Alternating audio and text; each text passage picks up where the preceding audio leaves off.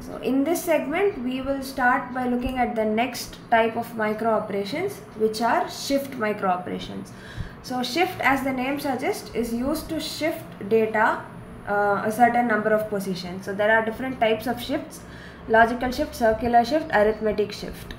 Circular shift is the simplest. It is just rotating the digits of a number. So if you have a number 1, 2, 3, 4, 5 and you rotate it one digit to the right, then the rightmost digit, that is 5, comes to the front and it becomes 5, 1, 2, 3, 4. Similarly, if you rotate it to the left, the 1 goes to the end, so it becomes 2, 3, 4, 5, 1. That is what circular shift is. So you have a register. It has a certain number of bits, typically 32 bits or 64 bits, and you want to rotate the contents of that register either to the right or to the left by a specific number of places. That is circular shift.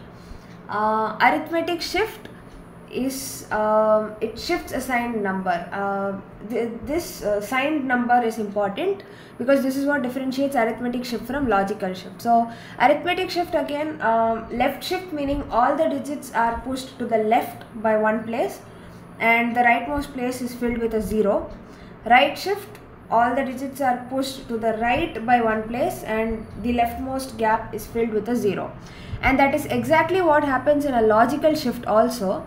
But in the logical shift, there is no sign bit, or the extreme bit is always a 0. In the arithmetic shift, the sign bit remains what it is. So I'll explain with an example. You assume we have a 32-bit register. So this is your register. You have 32 bits, R0, R1, so on up to R31. And this 31st bit is the sign bit. So it represents the sign of the number, whether it's positive or negative. So it's a 0 or a 1. And the remaining 31 bits, R0 up to R30, they represent the actual number.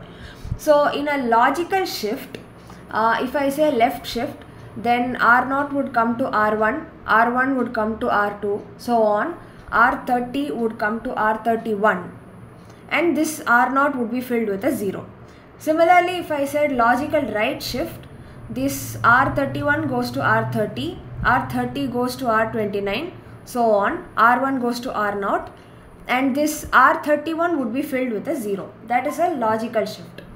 On the other hand, in an arithmetic shift, the sign bit remains as it is. So this R31, as you can see, the arrow points to itself, it remains R31. The remaining 31 bits, R0 up to R30, there a logical shift takes place. So the sign of the number is preserved and the number alone is shifted. And when a left shift happens, it is the same as multiplying the number by 2. And when a right shift happens, it's the same as dividing a number by 2.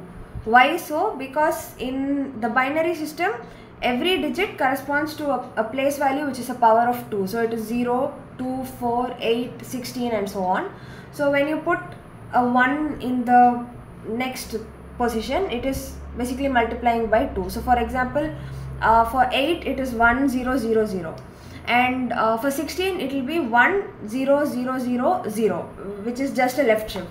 So when you do a left shift, it's the number multiplied by 2. Similarly, when you do a right shift, the 8 is 1,000 and 4 is 1,000. So when you do a right shift, it is the number divided by 2. So these are the 3 types of shift operations which are allowed in most computers.